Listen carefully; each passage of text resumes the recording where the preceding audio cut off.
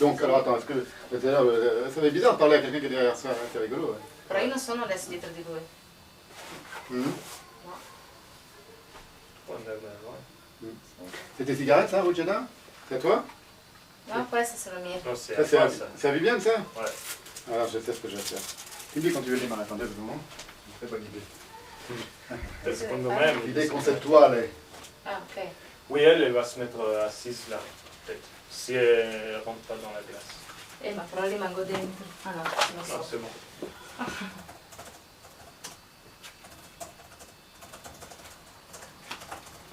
Si vede il fumo che sale. Ma tu con quella puoi muoverti. Quella rimane pas. fissa. Peut-être pour l'alzare, elle peut bouger. Poi si vede il fumo. Oui, bien sûr. Ouais. Et en plus, on voit Elle la peut fumée. même intervenir dans la discussion.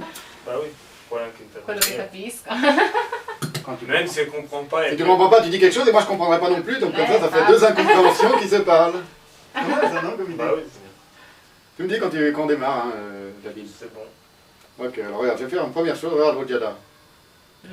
Tu as vu ce qu'il y a marqué là? Che marca è? Vogue. Non, non. Là. Ah, fumare uccide. Voilà, fumare uccide. Uccide. Tu vois, David? Ouais, c'est bon. c'est- Alors regarde. Je vais faire un premier acte symbolique d'écriture pour mettre à mort la mort. Uccidere, comment on dit la mort? La muerte. La morte. La morte. La morte. Qu'est-ce qu'il dit maintenant? Bah, excuse-moi, mais ici, je vois pas. Ben zoom. Qu'est-ce qu'il dit? I-L au lieu de U. Ah, IL e cosa, come diventa? Filmer, tu... Ah, film. Ah, oui. Ecco l'argomento. En plus, c'est vrai. En plus, c'est vrai, voilà. Donc maintenant, il va falloir expliquer pourquoi. Tout le thème de mon livre La mort dans l'œil, c'est ça. C'est pourquoi filmer tue. Pourquoi l'image tue. Alors, pourquoi l'image tue? C'est-à-dire, logiquement, tu es en train de me tuer pendant que tu me filmes, là. Excuse-moi. C'est Tu pas guarda grave, me, tu vai avanti. J'ai des capacités de résurrection. Voilà. Tout à fait intactes, donc c'est pas grave. Qu'est-ce que j'accepte de me laisser tuer? Mais pourquoi l'image tue? Pourquoi filmer tue? Alors, moi j'ai tenté de réfléchir à cette idée-là. Pourquoi l'image tue? D'abord, premièrement, il faut essayer de définir ce que c'est qu'une image. Il y a beaucoup de gens qui ont parlé de l'image, ou qui ont écrit sur l'image, ou qui ont tenté de réfléchir sur l'image, et qui appellent image, grosso modo, tout ce qui tombe devant les yeux. C'est-à-dire, je pense par exemple au philosophe Régis Debray, qui avait fait un livre, qui en avait fait aussi ensuite un documentaire télévisé, qui s'appelait Vie et mort des images. Tu connais ça? Non. Dans lequel il mélangeait un petit peu tout, à savoir pour lui, une image, une photographie de Marilyn Monroe, un tableau de Raphaël, une peinture de Lascaux, tout ça c'est des images. Ça veut dire que ce sont des objets qui ont été fabriqués ou conçus pour être placés devant les yeux. Mais dans ce cas-là, il n'y a pas vraiment de grande différence entre une image conçue ainsi et un horizon que tu regardes, ou un paysage, ou un arbre, ou un objet, ou quelqu'un. Tout ce qui passe devant les yeux, dans ce cas-là, tout ce qui apparaît est image. Alors au sens, disons, étymologique du mot image, ce n'est pas faux. Mais si on décide de ne pas zoomer un peu sur la question même, sur le mot même, l'idée même, ou la notion même de l'image, on perd ce cas de spécifique, l'image technique, l'image du film, l'image de la photographie, l'image du multimédiatique même, qui sont des images tout à fait particulières, tout à fait singulières. C'est pas n'importe quelle image. Donc, je dis que moi, j'appelle image, ou je décide de préciser ma conception à moi du mot, de l'idée de l'image, est image ce qui peut être reproduit mécaniquement. À savoir qu'un tableau, donc là déjà par exemple, ce que tu es en train de filmer derrière mon dos, enfin donc derrière ton dos à toi, pardon, et derrière mon dos aussi, ce sont des images, puisque ce ne sont pas les vrais tableaux, ce sont des cartes postales ou des posters de tableaux. Donc ce sont des images. Le véritable tableau, par exemple, je sais pas, on a n'importe lequel des tableaux qui ont pris là, ou un tableau de Picasso par exemple, avec l'homme à la guitare, là, je ne sais pas si tu vois, ou n'importe, enfin peu importe, n'importe laquelle de ces Sexy images, brésilien. ou le portrait de Sexy Brésilien, voilà, ça c'est aussi une image. Ah voilà, ça c'est pas mal, parce que ça c'est une carte postale que j'ai ramenée d'Angleterre, sur les cabines téléphoniques d'Angleterre, il y a toutes les prostituées qui font leur pub comme ça. Tu connais ça? Non. Ah, c'est génial. Alors, t'en as plein, plein, plein, plein, plein, plein, plein. Alors, j'en ai ramené une. Sexy brésilienne. Donc là, on voit la femme nue. Mais est-ce que c'est vraiment la femme nue? C'est pas elle, par définition. C'est une image d'elle. Bon, ça, c'est une évidence. Eh bien, je pars du principe qu'une image d'un tableau est aussi peu proche du tableau que l'image de cette femme-là est proche de cette vraie femme si elle était là toute nue devant nous. Tu comprends ou pas? C'est-à-dire qu'il y a un abîme entre la chair même, l'aspect charnel de la vraie femme et l'image que l'on a d'elle, qui est figée, qui est froide, qui est rétrécie, et l'aspect charnel du tableau, peint à côté de le tableau où on voit de Picasso qui est juste à côté, qui est l'homme à la guitare avec une femme nue. Il y a autant de différence entre la photographie du tableau et le tableau qu'entre la photographie de la femme et la femme. Je veux dire par là que dans la peinture, le tableau s'est créé parce que Picasso, en l'occurrence, puisque c'est un tableau de Picasso, y a mis de sa propre chair. Il y a mis d'abord de son propre temps, c'est-à-dire qu'il a créé ce tableau en prenant un certain nombre d'heures ou de jours ou de journées, qui sont des journées prises sur sa propre vie, qui sont irremplaçables. C'est un temps qui est, tu ne peux pas mathématiquement le remplacer par autre chose. Ça peut être, je ne sais plus à quelle date il a peint ce tableau, mais enfin disons il a peint entre le 2 juin et le 20 juin, ou le 2 juin et le 4 juin, ou le 2 juin au matin et le 2 juin au soir, parce qu'il était quand même assez rapide pour faire ce tableau. Ce 2 juin-là, de cette année-là, ils sont irremplaçables. Ils sont gravés dans le temps même vivant de la vie de Picasso, et un autre tableau, ou le même tableau répété, ou une esquisse du même tableau, se placera à un autre moment du temps, de la vie de Picasso. Mais c'est terminé, ce moment-là du temps, il est tout à fait singulier, tout à fait unique, et c'est quelque chose qui est absolument incomparable avec un autre moment du même temps. Enfin, un autre moment du temps de la vie de cet homme-là. Ce que je veux dire par là, c'est que la singularité de ce tableau, c'est pas simplement que elle n'apparaît pas simplement une fois que nous on pose notre regard dessus. La singularité, la spécificité et la génialité, la beauté même de ce tableau-là, dans le cas d'un tableau d'un aussi grand peintre que Picasso, elle est contenue aussi dans la création du tableau, et non pas dans l'après-création du tableau. Nous, on arrive après. Nous, en tant que spectateurs de cette œuvre d'art-là, on arrive après. Arrivant après, on est déjà en retard sur le tableau lui-même. Donc il y a un retard entre l'œuvre d'art et la contemplation de l'œuvre d'art. Et la différence, pour prendre un exemple simple, entre une œuvre d'art comme celle-ci et une œuvre d'art comme par exemple une photographie d'art, c'est qu'au moment où le photographe va créer son œuvre d'art, lui-même est déjà en retard. La différence entre peindre un tableau et prendre une photographie, contrairement donc, c'est pour ça que là je me distingue de ce que je te disais tout à l'heure, à savoir que pour Régis Debray, toutes les images fonctionnent de la même manière, que ce soit un tableau, que ce soit une peinture pariétale de Lascaux, que ce soit un film de Marilyn Monroe, ou une photo de Marilyn Monroe. Selon moi, contrairement à ce que lui pense, le photographe qui appuie sur un appareil qui a été fabriqué pour lui, donc déjà c'est pas lui qui fabrique ses propres ustensiles, alors qu'on peut très bien imaginer que Picasso fabrique lui-même ses propres pinceaux. C'est quelque chose de très simple pour un peintre à fabriquer. Il n'a pas besoin il peut les acheter tout fait, ou il peut tout faire lui-même.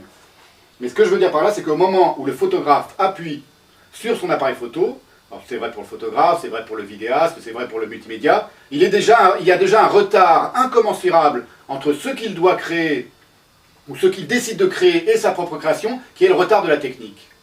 Le retard de la technique, qui est concrétisé par son appareil photo, sa caméra, son ordinateur s'il fait du multimédia, c'est le retard de la technique sur la nature. Alors que quand Picasso ou un peintre décide de peindre, par exemple, un champ de fleurs, il n'est pas en retard sur la nature. Il est lui-même la nature, puisque lui-même, il fait partie de la nature. Donc il est lui-même à l'intérieur même de sa création en direct. Alors que, à partir du moment où tu viens tenter de déployer une création avec un appareil technique, tu es déjà à un retard qui est le retard de la technique sur la nature. Et ce retard-là, il est irrémédiable. C'est-à-dire que tu ne pourras jamais le rattraper. Et donc après, quand tu montres la photographie, elle peut être magnifique, elle peut être parfaite. Mais c'est exactement le même retard que le retard qui a été pris lorsqu'on a photographié cette femme, cette prostituée à Londres, brésilienne, c'est-à-dire qu'une fois que tu regardes la photo, tu n'es pas en train de faire l'amour avec cette femme. Tu n'es pas en train de la caresser nue dans tes bras. Tu n'es même pas en train de la regarder nue devant toi. Il y a un retard. Et qui n'est pas seulement le retard du temps de la fabrication de la photo. Tu comprends ce que je veux dire? C'est un retard qui est vraiment inscrit métaphysiquement, si j'ose dire, dans la structure même de l'appareil. Dans la structure même de ce que c'est qu'un appareil technique. J'ai un problème. Ah bon? J'ai l'œil. Ah bon? Et puis je dois changer de cassette, je sais pas pourquoi, elle était neuve. C'est la fin? Ouais. Ça va? C'est pas trop... Ça va, de toute façon, après on va faire des Après, cours. tu fais ce que tu veux, ouais. Enfin, on va les faire ensemble. Enfin, je vais te demander. Ah non, mais après tu fais ce que tu veux, tu vois. Moi j'ai mon archive comme ça, donc je me souviendrai, et puis il n'y a pas de problème. Mais je vais le monter à l'intérieur de, parce que je t'ai pas dit, d'un film, en fait, Ouais. d'un long film, Mhm. sur la vidéo aussi. Et ça va être aussi le texte. Tu sais, normalement, dans des expos, il y a un critique qui écrit un texte. Oui. Alors moi, je ne vais pas faire le texte écrit, je vais faire ton texte filmé Oui. sur des CD. Oui. Des CD comme ça. Et comme ça, je m'en fous de me faire acheter la vidéo ou de la donner. Mhm. Et ce qui est marrant, c'est que moi, je pense exactement l'inverse. Bah ouais.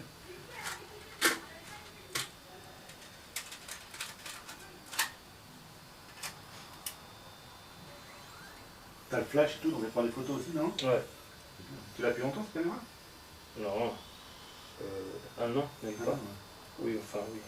Juillet. Un an. Tu sais, elle fait des petits bruits quand c'est... Ça fait ding ding quand c'est ding. Attends que je m'en arrière. Mais on voit pas l'autre Jada, c'est dommage. Non, je le... Par hasard? Toi tu la vois quand tu la filmes? De temps en temps, j'ai pris des trucs plus larges. Mhm. Mais on va la... Tu peux alzare, tu puoi fare delle cose. Sì, sì. Mais au fait, c'est une question de... C'est l'ancienne question de la valeur de l'objet d'art. Pas vraiment. Là, la question de la valeur, c'est est-ce que c'est beau ou est-ce que c'est pas beau? Est-ce que c'est... Qu'est-ce qui fait que c'est beau et que c'est une vraie œuvre d'art et qu'est-ce qui fait que c'est pas une vraie œuvre d'art? C'est une autre question. Une question, qu'est-ce qui fait la différence entre un tableau réussi et un tableau raté, entre une croûte et un tableau de Picasso, tu vois? Ça, c'est autre chose, la question de la valeur. Et alors, dans le cas où, par exemple, nous, là, on va faire dans... Par exemple, mais ça se fait dans l'art d'aujourd'hui. Nous, on a un projet dans les gares, à Paris. Tu sais, il y a les voies de gare qui annoncent les trains et ils vont dire, en ce moment, vous êtes une œuvre d'art de l'hiver. Oui. Là, t'es pas en retard, même si... Ouais, enfin, le film, il va être en retard. C'est pas ça, c'est que je pars, si tu veux, d'une réflexion très simple du rapport à la nature. Après, l'art contemporain est dans un autre rapport, qui n'est plus du tout le même rapport à la nature. Et il y a eu une scission, si tu veux, où il y a eu un décalage entre le moment où on est passé à l'art conceptuel et à l'art non conceptuel, qui est l'art moderne, disons. L'art moderne jusqu'à Picasso, Matisse, et puis c'est les derniers, quoi. Et après, en effet, on bascule dans une autre dimension. Mais là, je suis juste en train de parler, alors après on peut réfléchir au pas, c'est une réflexion vraiment là qui part de ce que c'est que la différence tu vois, entre un tableau et une photo. Voilà, et après je vais te le développer par rapport au film et tout ça, au montage, par rapport à... Oui, j'ai entendu. D'une manière générale, le retard, il est, quand on dit il est irrémédiable, c'est-à-dire qu'on ne peut pas le rattraper. Il est irrattrapable à partir du moment où tu utilises ça ne veut pas dire que tu ne peux pas filmer quelqu'un en direct. Non, non, d'accord. C'est-à-dire que le direct ne capte pas le temps vécu de cette personne-là, le temps intérieur de cette personne-là. Alors que le tableau, d'une certaine manière, on peut dire qu'il ne capte pas non plus le temps vécu de cet homme et de cette femme, mais il capte le temps vécu de Picasso. Donc ce que Picasso peint, c'est une partie ça c'est un tableau du temps de Picasso. C'est-à-dire il prend une partie de sa vie et il dit je peins de 8h du matin à 8h du soir, et ben ce que je vais peindre, c'est pas cette femme, c'est pas ceci, c'est mes 8 heures, c'est mes 12 heures. Il peint du temps. Oui, Le véritable sujet de son tableau, c'est son temps à lui qu'il a pris pour le peindre. Et ça, avec un appareil, tu peux plus faire. Tu passes des heures derrière. Oui, mais ça n'a rien à voir. D'abord, c'est pas ton corps. Entre ton corps et ta création, il y a cet appareil qui a été fabriqué par d'autres que toi, qui lui a pris des heures et des heures de travail. Déjà, il y a la notion du travail. Parce que ça a été fabriqué en usine par des ouvriers qui sont plus ou moins bien. Donc il y a des tas de c'est un objet collectif, si tu veux. Exactement comme un film devient une réalisation collective. Un cinéaste, il fait juste son scénario, il a fait une œuvre littéraire. Ouais. Voilà. Alors si le mec il est génial, il va faire un scénario qui est aussi bon que du Shakespeare. Enfin c'est rare. Mais à partir du moment où il a fait le scénario, le film n'existe pas. C'est là que je voulais en venir là, quand c'est arrêté, mais j'ai continué là-dessus. Ouais, ouais. Sur développer cette question de retard, comment cette question de retard se manifeste à l'intérieur d'un film. Ouais, c'est la question du cliché que tu disais. Mais c'est pas un jugement de valeur, toi, c'est pas pour dire tel art est moins bien que tel autre Non, art. C'est non, vraiment pour je dire veux qu'est-ce qui est différent. Il y a des différences radicales entre les arts que sont la musique, la peinture et la littérature, et ces nouveaux arts que sont la photographie et le cinéma et le multimédia. Et on peut pas les mélanger. Et la différence, selon moi, elle tient dans ce rapport-là au temps, à la temporalité. Oui, mais le documentaire aujourd'hui devient art. Avant, c'était pas art. Si, ça a toujours été l'art. Nanook, c'est de l'art, ça tout de suite, c'est conçu comme de l'art.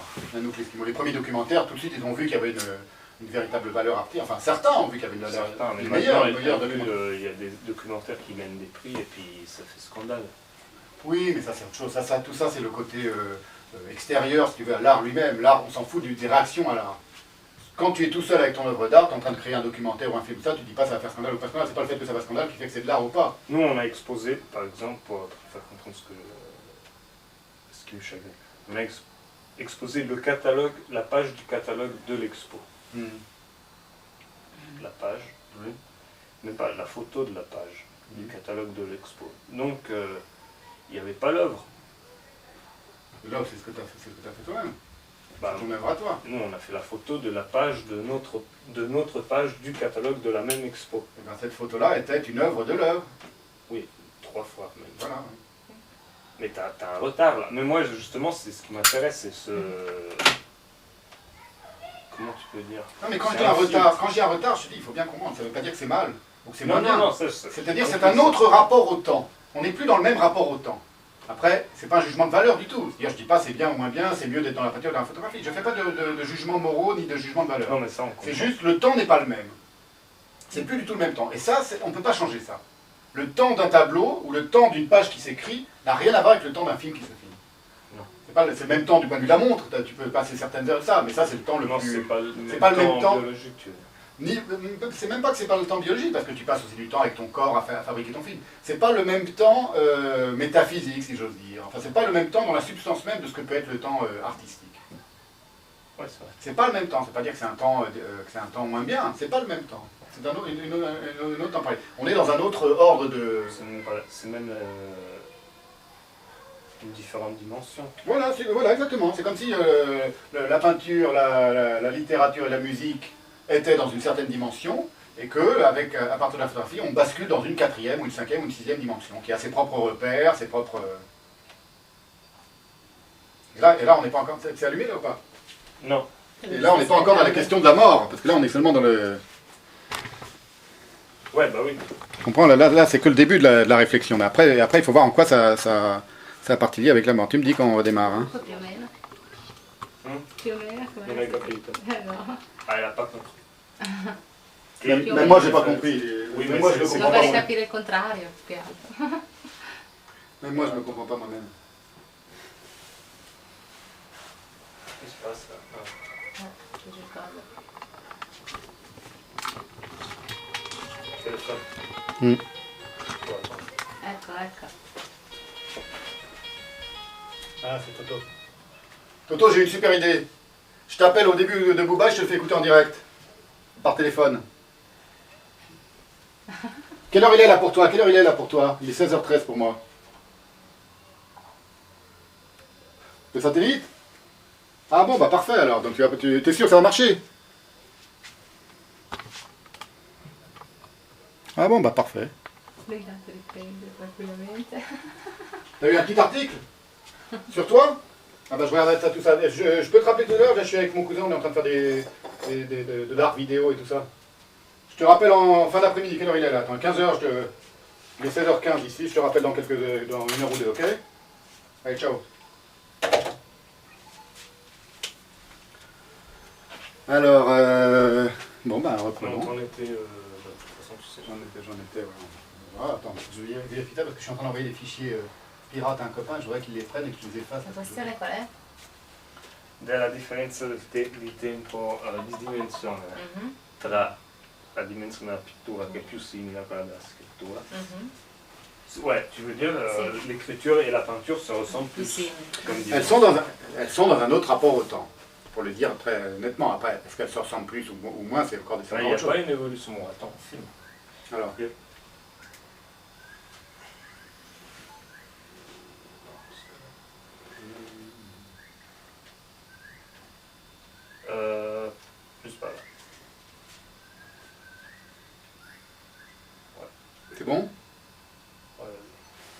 Donc, où est-ce qu'on en était? On en était à la question du retard, à la question de... oui, alors ce que je disais, je ne sais plus si on en était là, mais l'autre... Donc pour bien expliciter ce que je suis en train de dire, il ne s'agit pas de faire un jugement de valeur, il ne s'agit pas de porter un jugement de valeur, de faire une hiérarchie entre différents arts, il s'agit de dire que les arts traditionnels, ou dits traditionnels, les beaux-arts traditionnels, que sont la littérature, la peinture et la musique, sont dans un certain rapport au temps. Les nouveaux arts que sont et qu'ont été la photographie, le cinéma et le multimédia, pour aller vite, sont dans un rapport complètement différent au temps. C'est une autre temporalité qui est à l'œuvre dans la création artistique de ces objets contemporains, comparée à la création artistique de ces anciens arts, ou des arts classiques qu'étaient la peinture, la musique et la littérature. Alors je t'ai pris l'exemple, j'ai explicité l'exemple d'un tableau, parce que c'est l'exemple le plus simple et à la fois le plus proche, qu'on pourrait confondre le plus facilement entre une photographie et un tableau. Mais, selon moi, il y a vraiment un abîme il y a une différence radicale dans la manière dont la temporalité intervient dans la création d'un tableau ou dans la création d'une photographie. Maintenant, il y a un autre élément qui est radicalement différent, c'est qu'à partir du moment où tu utilises un appareil, que ce soit un daguerréotype, ou un appareil photo, ou une caméra, ou a fortiori un ordinateur, le retard intervient aussi au sens où cet objet a été fabriqué par une collectivité. Il y a une collectivité qui est intégrée dans la société, à savoir une usine avec des ouvriers, avec des informaticiens, avec des électroniciens, avec un patron, avec toute une nébuleuse de rapports sociaux que tu ne peux pas biffer, que tu ne peux pas effacer, puisque toi tu es en train de tenir l'objet, et tu vas créer ton œuvre avec cet objet qui a été fabriqué par ces gens-là. Donc c'est un objet manufacturé, ce que n'est jamais enfin ça peut l'être aussi, tu me diras quand tu utilises un stylo, il a été fabriqué aussi dans une usine, mais enfin tu pourrais écrire avec une plume, ou tu pourrais écrire avec un crayon, ou tu pourrais écrire avec une craie, ou avec un charbon. Tu vois, tu pourrais revenir à quelque chose de très simple si tu le voulais vraiment, pour écrire. Le fait de prendre un charbon et d'écrire sur un mur, si tu es Baudelaire, tu crées un poème sur le mur, il est aussi baudelairien que si tu avais pris ta plume, ou si tu avais tapé ça sur ton ordinateur. Les mots ne dépendent pas de l'objet. Alors que par définition, l'image photographique dépend de l'appareil. Elle est plaquée sur la manufacturation, si j'ose dire, de l'appareil, la photographie, le résultat photographique, alors que les mots ne sont jamais plaqués sur leur objet. Si je prends un poème de Baudelaire et que je le réécris à la main, moi, sur une autre feuille de papier, et que je te donne cette feuille de papier alors qu'elle a été copiée d'un livre, d'un très beau livre fabriqué, en effet, lui aussi en usine, etc., de Baudelaire, c'est le même poème. Je peux brûler le livre, le poème, il est encore vivant. Alors si tu crées une photo, que tu brûles la photo et que tu brûles la pellicule, il n'y a plus de photo. La photo est indissociable de l'objet qui a fabriqué cette photographie. Alors, dans le cas d'un tableau, si tu brûles le tableau n'est plus là, en effet. Mais le tableau est très souvent, et pendant très longtemps, jusqu'à l'invention des peintures synthétiques, les tableaux et les peintres utilisaient des éléments naturels pour créer leurs œuvres. Ils pouvaient très bien prendre un vieux tissu, tendre eux-mêmes la toile, reblanchir la toile, fabriquer eux-mêmes le châssis, tout ça. Très souvent, les peintres qui étaient très pauvres faisaient comme ça. C'est même la majorité des peintres ont toujours fonctionné comme ça. Ils ne dépendaient de personne, ils ne dépendaient d'aucune instance sociale pour pratiquer leur art. À partir du moment où tu utilises une machine qui a été manufacturée, tu dépends nécessairement d'une certaine instance sociale, qui est l'ensemble des rapports sociaux qui ont été mis en œuvre pour aboutir à cette machine-là que toi tu utilises. Là, de nouveau, le retard intervient. Le retard non plus sur la nature, mais le retard sur ta propre autonomie à toi, de créateur. Alors, à partir de cette autonomie-là, c'est pour ça d'ailleurs que la création est intervenue avec la photographie et avec la caméra à partir du moment où on a essayé de subvertir ces rapports sociaux, comme a essayé de le faire durant toute sa vie Godard, par exemple. C'est-à-dire de jouer avec le montage, de jouer avec les reflets, pour essayer le plus possible d'échapper au rapport social le plus typiquement infâme, qui est celui du rapport entre le maître et l'esclave. Par exemple, c'est lorsque les Lumières font des petits films, les frères Lumière font des petits films des os humains. C'est ce que c'est les zoos humains. C'était au début du siècle, c'était on prenait des Africains ou des Chinois, on les faisait venir ici au bois de Vincennes et tout ça, et on les exposait, c'est ce qu'on appelait les expositions coloniales. On les exposait comme des animaux. On recréait des faux villages africains ou d'Inuits, etc. Et on les faisait s'amuser là-dedans, et les Frères Lumière ont fait quelques prises de ça. Et c'est d'un racisme évidemment délirant. Et c'est dans une conception où là tu vois très bien que le cinématographe, qui en est à ses premiers balbutiements, est dans une volonté d'asservissement de ce qu'il est en train de filmer. Il est immédiatement complice avec cette étrange coutume qui a donné lieu aux zoos humains, ce qu'on a appelé les zoos humains. Même chose, pour prendre un autre exemple plus connu, que le western. C'est-à-dire au début du cinéma américain, quelque chose est apparu qui s'appelle le western. Le western, c'est quoi? C'est le film qui retrace, d'une manière complètement idéologiquement déformée, le massacre des Indiens lors de la colonisation des États-Unis par les Américains. Donc, immédiatement, comme par hasard, davantage que la photographie, le cinématographe, a été l'associé de toutes les formes d'asservissement social, ou de plusieurs formes d'asservissement social, et d'ailleurs de toutes les formes d'asservissement social qui étaient répandues à la surface de la planète. Si tu prends plusieurs exemples comme ça, prenons l'exemple d'un autre documentaire très connu et très beau, qui s'appelle Nanook l'Esquimau, Nanook of the North. Bon, c'est un des plus connus, c'est Flaherty, le premier des grands documentaristes. C'est quelqu'un qui va filmer une famille d'Esquimaux. Tu as vu Nanook, non? Tu connais Nanook, Rojada? Nanook l'Esquimau. Comment on dit en italien? Pareil. Je l'ai en film, je vous le montrerai. Mais tu connais, c'est très connu. C'est connu, ouais. Voilà. Et quand tu regardes ce film, alors Flaherty passe pour un véritable créateur parce qu'il a tout recréé. C'est-à-dire, il disait à Nanook comment il faut faire ça. C'était la première fois qu'on voyait des Esquimaux. Ça a été extraordinaire parce que personne n'avait jamais vu des Esquimaux avant. Donc on voyait les premiers Esquimaux, ils fabriquent leur igloo. Et c'était un véritable Esquimau, Nanook. Il a vraiment existé avec sa famille et tout ça. Donc c'était un documentaire. Le problème, c'est que, premièrement, pour créer son film, Flaherty a eu besoin d'être sponsorisé. Il a été sponsorisé par qui? Par les fourrures Réveillon. Réveillon Frères Fourrure. Tu vois, je l'ai le film, je peux te le montrer si tu veux. On peut faire une pause et je te le montre et tu filmes le film en train de sur la télé si tu as envie. Tu vois? Oui, tout à fait. Donc, il est sponsorisé parce qu'il a besoin d'argent pour faire son expédition, etc. Donc déjà, il est sponsorisé par un fabricant de fourrure. Bon, t'imagines, un mec qui massacre des animaux pour faire des beaux manteaux pour les gens riches, etc. Donc déjà, ça pose un léger problème. Deuxièmement, il a recréé tout. C'est-à-dire qu'il a expliqué comment il fallait aux Esquimaux, ce qu'ils devaient faire, il a recréé une chasse au ça. Donc c'est pas très grave, c'est un processus qui est considéré comme un processus de véritable création, et c'est pour ça qu'on considère que son documentaire est une œuvre d'art. Le problème, c'est que, de nouveau, il n'arrive pas à assurer la rédemption du retard sur la nature, ou sur le spectacle qu'il est en train de filmer, et il arrive d'autant moins à assurer cette rédemption de ce retard, qu'il va lui-même dire comment il faut placer les choses. Donc il fabrique un film. Mais du coup, il n'est pas comme quelqu'un d'invisible, comme un dieu invisible qui sera en train de regarder le spectacle des Esquimaux en train de vivre entre eux, tu comprends? Tu vois ce que je veux dire ou pas? Oui. Voilà. Ce qui aurait été une véritable œuvre d'art, c'est un peintre qui vient là et qui peint un tableau avec des Esquimaux, sans rien dire aux Esquimaux. Et à la rigueur, que les Esquimaux ne sachent même pas qu'ils sont en train d'être peints. Donc là, on serait véritablement dans une spontanéité tout à fait naturelle, même si c'est des êtres humains, aussi naturelle que celle d'une fleur que tu peins. Ou celle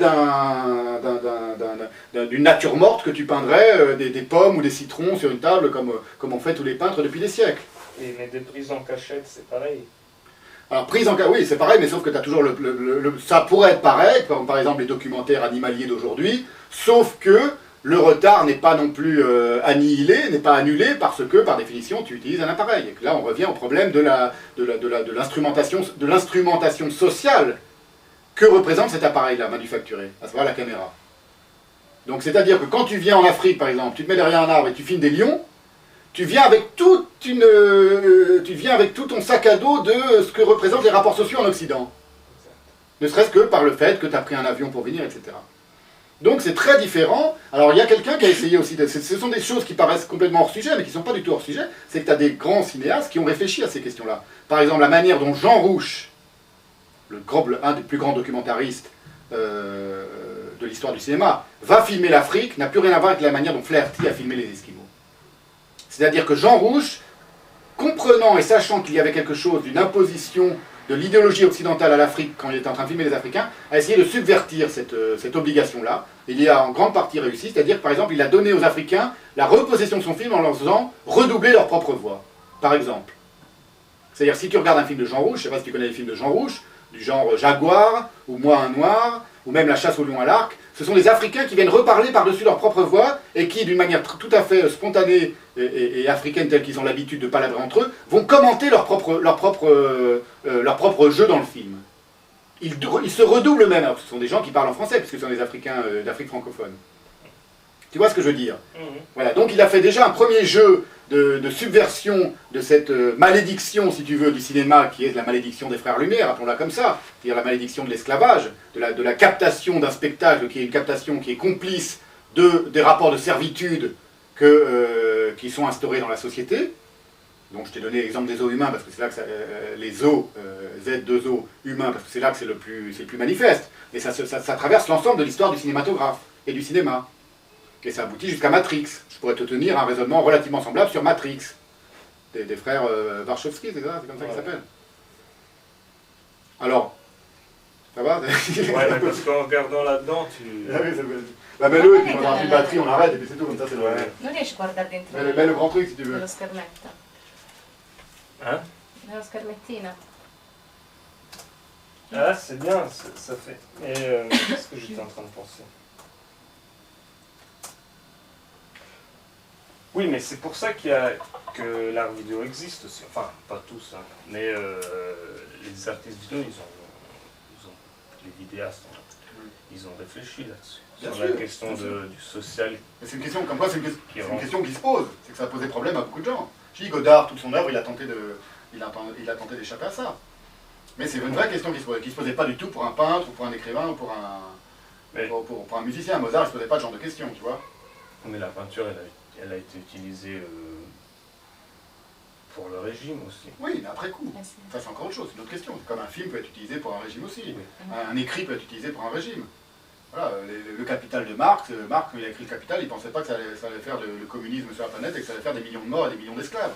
Guernica, il a été utilisé aussi. Le Guernica de Picasso. Oui, tout peut être utilisé après. Ça, c'est encore une autre question. Ça, c'est la question de la récupération. Qui est une question très différente de ce que... Là, je suis en train vraiment de te parler de comment fonctionne... Perché non guardi con lo schermo? Pas risparmiare. Non hai Ce il qui est coso da intéressant, c'est attaccare? l'idée de détachement que je trouve... Le détachement, c'est-à-dire de détachement de filtre, entre guillemets, filtre. C'est comme si tu reprenais un film par l'écran. Par une image qui est pas tienne, tu fais une photo d'une image d'un... Ah oui,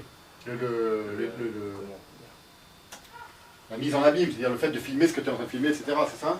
Oui, mais ça se rejoint avec ce que tu dis. Le fait même les Africains qui se doublent. Oui, bien sûr. Mais c'est pour te dire qu'il y a des moyens de subvertir ça, mais il faut les penser, il faut les mettre en œuvre. Si tu prends juste une caméra que tu filmes, tu es dans un rapport, ce que je disais au début, tu es dans un rapport très différent au spectacle que tu es en train de capter, comparé à un peintre qui regarde une fleur et qui essaye de la reproduire sur un tableau. C'est juste pour développer cette idée que c'est très différent. Ça n'a pas le même significat métaphysique. Oui, ça n'a rien à voir, c'est très différent. Ouais. Mais il faut commencer par comprendre cette question du retard pour comprendre la question de pourquoi filmer-tu. Parce qu'après on va arriver à l'idée de la mort. Et peindre ne tue pas. Ah, peindre ne tue pas, non. Non, peindre ne tue pas. Peindre crée. Ou donne naissance à quelque chose. Pour la raison que je te disais tout à l'heure, c'est que quand tu peins ton propre temps.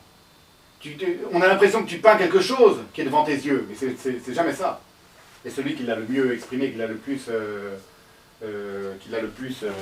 développé dans sa manière de parler de sa peinture, c'est Picasso. Cos'è la cosa di Picasso? Che allora, la questione arriva su filmare uccide. Mentre dipingere no, è vita, perché tu stai dipingendo non un vaso di fiori ma il tuo tempo che passa. Quindi è la stessa cosa come la scrittura. Esatto, oui, c'est comme l'écriture. Oui, ouais, c'est vrai. Mais en même temps, c'est une image figée dans la peinture. Mais c'est une image... c'est une image figée, si tu appelles l'image une image photographique. C'est pas comparer un film, c'est figé. Mais c'est pas une image, donc de toute façon c'est même pas figé parce que c'est pas une image. Pour toi c'est pas une image. Voilà. Cos'è che la fotografia? Techniquement c'est une image filmée, figée. Et c'est pas une technique, c'est pas une image technique. C'est autre chose. Oui, non. Parce que c'est pas le même temps, c'est pas le même rapport au temps. C'est pas figé puisque si tu reprends ma définition de la peinture, comme quoi le peintre est en train de peindre un fragment de son propre temps, qui va peindre sur le tableau, qui va projeter sur le tableau, un peu comme un projecteur projette, sauf qu'il va plus comment dire, l'incarner sur le tableau. Et bien cette incarnation qui a une apparence de chose figée, c'est son temps, par exemple la journée qu'il a mise à peindre ce tableau, qui est perpétuellement ou définitivement enclos dans l'espace figé en effet et immobile du tableau, mais qui en réalité est en permanence en train de se revivre. Il crée une boucle de temps, ce qui veut une boucle temporelle qui est à l'intérieur du cadre de son tableau. Et cette boucle temporelle, elle est vivante. Et Ça on comprend avec cette image de boucle. Voilà. Elle revit en permanence à l'intérieur même du tableau. Alors que lorsque tu as filmé et que tu reprojettes le film, comme tu es dans un autre rapport au temps, on ne peut pas dire que le film fait revivre ce qui a été vécu une fois. Parce que ce qui a été vécu une fois, c'est, si tu veux, le film dépend de manière absolument indissoluble de son spectacle. Le film dépend de ce que tu as filmé. Si je te filme toi, Ruchada, si je te filme toi, toi tu es là et moi je suis en train de te filmer. Alors que si je te peins, tu n'es pas là. Si je peins avec le tableau, je suis en train moi de créer quelque chose qui est le fait que tu es devant mes yeux et que je te crée. Mais si je suis... Perché quella è la sua interpretazione del pensiero quando lo fai con la scrittura e la pittura, mentre la telecamera e la fotografia è più illusionistica. Voilà, exactement. Non seulement è più un gioco di specchi, è più seducente la telecamera e la... Ah, ça dépend. Sì. Ça dépend. Infatti, cioè, mi piace Mais di là, il più. faut rentrer dans... Oui, mais ça c'est une question de ce qu'on préfère, c'est autre chose. C'est pour ça que je dis, c'est pas des jugements de valeur. Moi je dis pas ce que je préfère, je dis pas, évidemment, je suis plus proche de la caméra, mais parce que c'est mon truc. Non, Mais il c'est pas- parle de séduction, pas comme plaisir, mais de séduction dans son sens vraiment... Cioè, dove c'è la seduzione non c'è la naturalezza, cioè non c'è la natura, dove c'è seduzione. C'è finzione, dove c'è la finzione Finzione, c'è oui. seduzione. Oui, oui, je E comprends. quindi Oui, oui, c'est vrai. è più divertente l'illusione. Oui, mais quand quelqu'un, lorsque j'ai peint, ou si j'écris un texte, voilà. Imagine que j'écrive un texte où je raconte cette journée aujourd'hui. Pareil, je suis dans l'illusion. Sì, Parce que je peux dire ce que je veux. Sì, sì. Je peux dire, Ojada est arrivée, elle était habillée en vert. Je peux faire tous les trucages que je veux. Tu peux faire autant de trucages. Tu peux même faire beaucoup de trucages avec l'écriture. Sì, Ça sì, s'appelle le style. Le style, comment on dit le style en italien? lo stile. Le style, c'est un trucage. C'est le premier des trucages. C'est-à-dire que à partir du moment où tu écris, tu as ta propre personnalité c'est comme si tu prenais des gouttes de ton sang et que tu écrivais avec ton sang. Et ça, il n'y a que toi qui le fais. Si un autre il va écrire la même journée, ce sera autre chose. Alors si tu prends deux photographes différents et qu'ils appuient tous les deux sur l'appareil, alors que tu prends deux écrivains différents avec le même papier, la même plume, et ils écrivent, par définition, le style de l'un et le style de l'autre. Tu peux dire qu'en photographie, tu peux aussi employer des styles différents. Mais ça c'est un montage, après c'est tout un travail de style. Alors que le style en écriture, il est immédiat. C'est spontané. Le style est spontané, à partir du moment où tu écris, tu vas écrire la phrase, c'est pour ça que c'est même tout simple. Les enfants à l'école qui apprennent à écrire, on leur dit racontez vos vacances, ils vont pas tous raconter les mots. Donc c'est pas que c'est mieux. Ça veut pas dire que écrire c'est mieux que c'est très différent. C'est pas du tout le même. C'est deux catégories complètement radicalement différentes. Differente, sì, sì. C'est comme toi tu pensais d'ailleurs. Après tu vas t'amuser à tout remonter. C'est le montage, C'est le montage. comme tu dis. Et donc, c'est con, je puisse pas m'asseoir un peu. Bon, c'est pas grave. Tu peux t'asseoir. Je peux monter comme ça et tu te... Ouais, ça va, non, mais ça va. Non, c'est pas grave. Assois. Bon, si je m'assieds, tu arrives à voir quand même ou pas? Moi je me vois plus, c'est pas grave, attends, j'ai baissé. Ouais, c'est bon. Tu vas pas regarder avant de voir le film? Hein? T'as pas envie? Puoi andare nel film. Vengo dietro di te. No, lui seduta qui. Voilà, très bien, ouais, c'est bon. Ah, vuoi? Tu me vois là? Dans la glace? Ouais. E tu tanto riprendi lo stesso. Cucù. Coucou. Comme ça, ouais. Non, Oui, c'est rimando. plus sympa. Ah, ma fa niente, rimane. Tanto dopo mi alzo. Là, on nous voit tous les trois, moi, sur la mienne. Ouais. Cosa fai? Ma fai il giocoliere. C'est bon? Ouais, Tu me dis quand tu démarres. Hein. quand tu veux. Donc, alors je sais pas où est-ce qu'on en était. Euh, Donc Donc j'en étais à Nanook, à Jean Rouch, à la question du retard, la question de la subversion des rapports sociaux qui sont inscrits à l'intérieur même de la fabrication de l'appareil. Ouais. Donc, Le doublage. le doublage par Jean Rouch, etc. Donc pour montrer qu'il y avait un problème qui se posait, que les cinéastes ont tenté de réfléchir à la subversion de ce problème. Si tu veux faire un petit point pour montrer dans les premiers films, alors bon, je pourrais faire tout un développement, mais ça commencerait à être un peu long sur, par exemple, les tout premiers films de l'histoire du cinématographe, qui sont la sortie des usines des Frères Lumière et l'arrivée de la locomotive dans la gare de La Ciotat. Mais bon, là, ça commence on va en avoir pour des heures. Donc, en tout cas, pour le dire juste en une phrase, c'est que c'est pas un hasard, c'est le tout premier film de l'histoire du cinématographe, c'est la sortie des usines Lumière, donc une sortie d'usine, donc d'une certaine manière qui pourrait être interprétée comme une sorte de libération, puisqu'on sort de l'usine. Mais cette sortie d'usine, à partir du moment où elle est filmée par les Frères Lumière qui possèdent l'usine, et les ouvrières qui sortent de l'usine, elles sont figées dans le temps de cette sortie d'usine, mais le lendemain, elles retournent à l'usine. Donc c'est une émancipation illusoire. Et à partir de là, tu vois déjà la première, l'autre grande malédiction de l'image technique, c'est qu'elle est un mensonge. De même, pour comprendre, c'est encore plus simple à comprendre, lorsque le tout premier film, ça a été la locomotive entrant, l'arrivée du train en gare de La Ciotat, qui est le tout premier film des Frères Lumière, lorsqu'il a été projeté lors des premières projections en 1895, Boulevard des Capucines, là, bon, c'est devenu célèbre, tout le monde a fait un saut, les spectateurs ont fait un bond de terreur, parce qu'ils ont cru vraiment que le train leur arrivait dessus. C'est l'invention même de la terreur au cinéma, qui a eu une postérité gigantesque avec le film de terreur, le film fantastique, il y a quelque chose de très intensément lié entre le cinéma et la terreur, et la peur produite. D'accord ?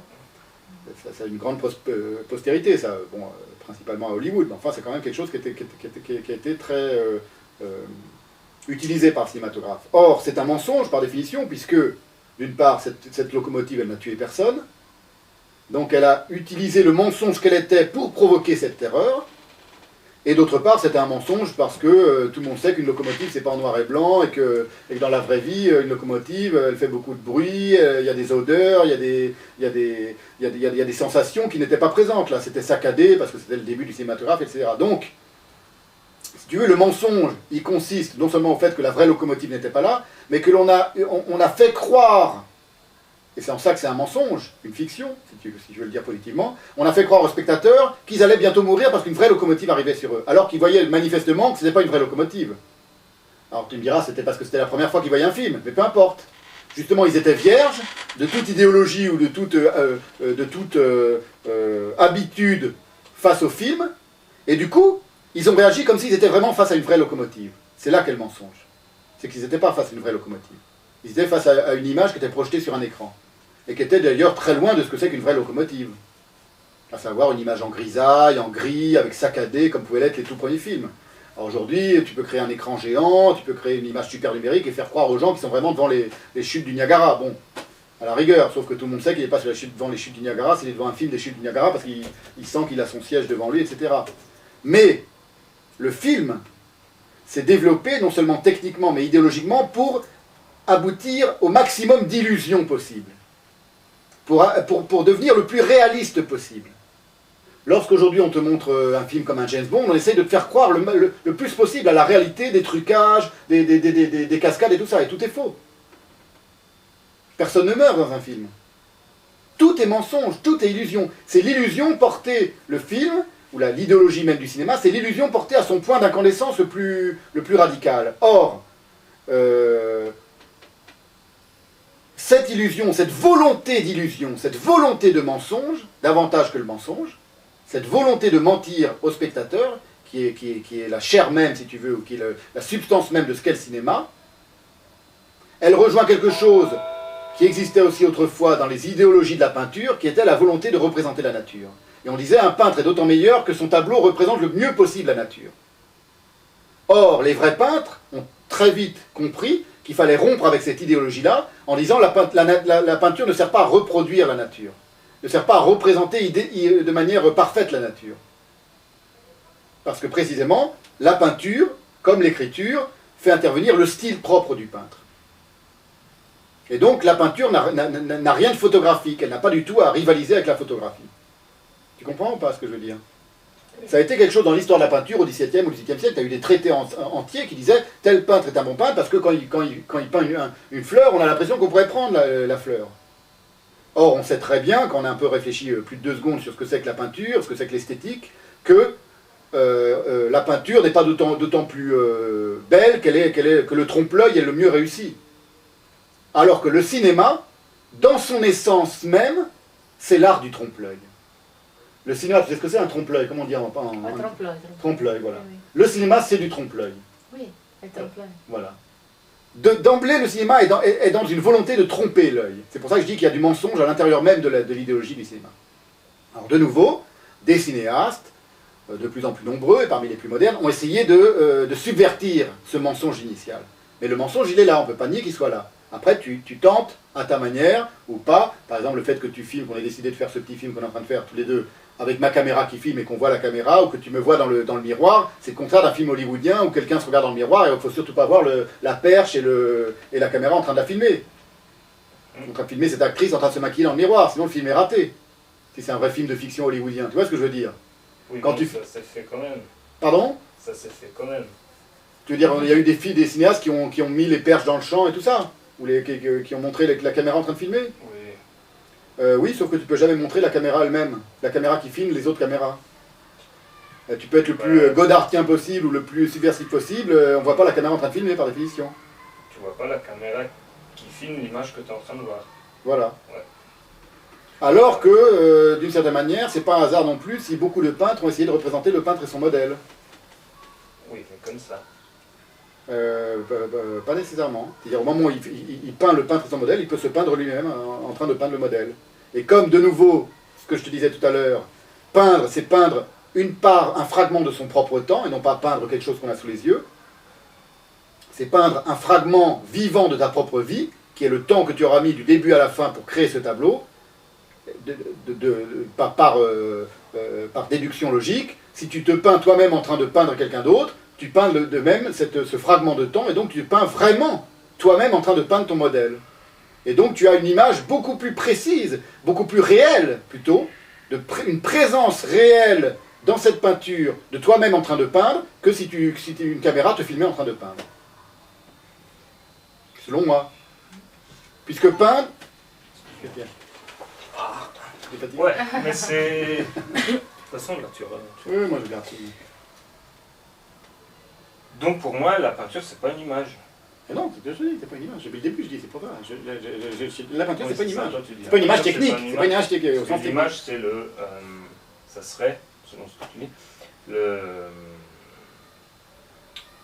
l'image, c'est le la résultat... reproduction de la reproduction.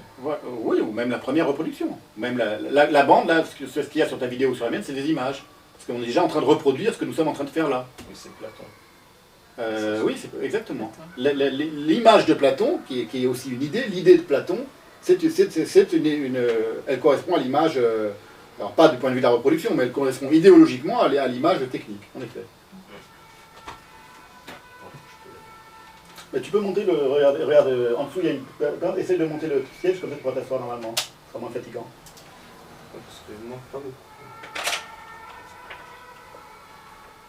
C'est là? Non. Oui, non, la grande, là, voilà. Non, monte là. Voilà. C'est maximum? C'est mieux là ou pas? Non, tu peux prendre d'autres plans, si tu veux, tu peux bouger, hein. Maintenant c'est bon qu'on a vu les... Ouais. Si tu as envie de bouger ou t'asseoir en face, tu vois, Ouais, non, c'est trop bon encore. Trop alto. Enfin, je vois les yeux.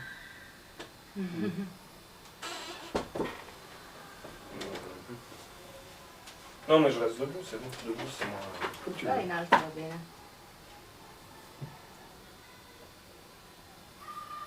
Silence. Ouais, vas-y. Alors, Ecco. où est-ce qu'on en était, Ruggero? Questi fiori sono finti o sono veri? Ces fleurs-là, Ah? déjà, c'est pas des vraies fleurs, artificielles. Veri, artificiali. Artificielles. Mais leur artificialité est vraie. Dai.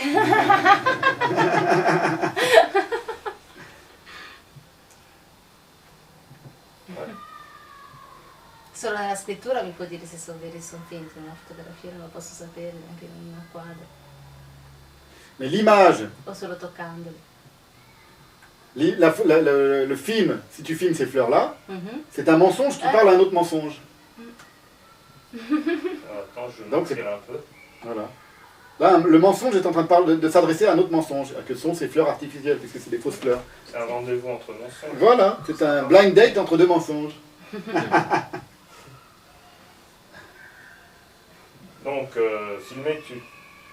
Donc, filmais-tu. Pourquoi filmais-tu? Je remonte mon petit trucage à moi. Trucage très simple fait avec un stylo. Tu vois. C'est dans l'autre sens. C'est dans l'autre sens. Le paquet. Ah non. Non, non, c'est là. Filmais-tu. Tu vois ou pas en bas? Attends, je le trouve pas. Je trouve. Tu vois ou pas? Ouais, c'est bon. Ah, je demande à la caméra aussi. Hein. Je pense à... Ah, mais... Voilà. Voilà. J'ai rajouté I et L, ça devient filmais-tu. Et pareil, là, je pourrais mettre filmer peut entraîner une mort lente et douloureuse.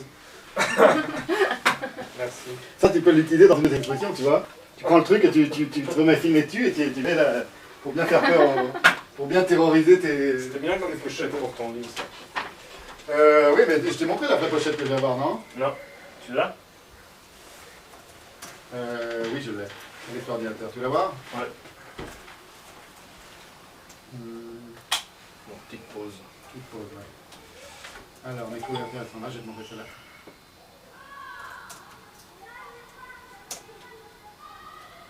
Mais qu'est-ce qui s'en occupe des pochettes, la maison d'édition? Oui, bien sûr.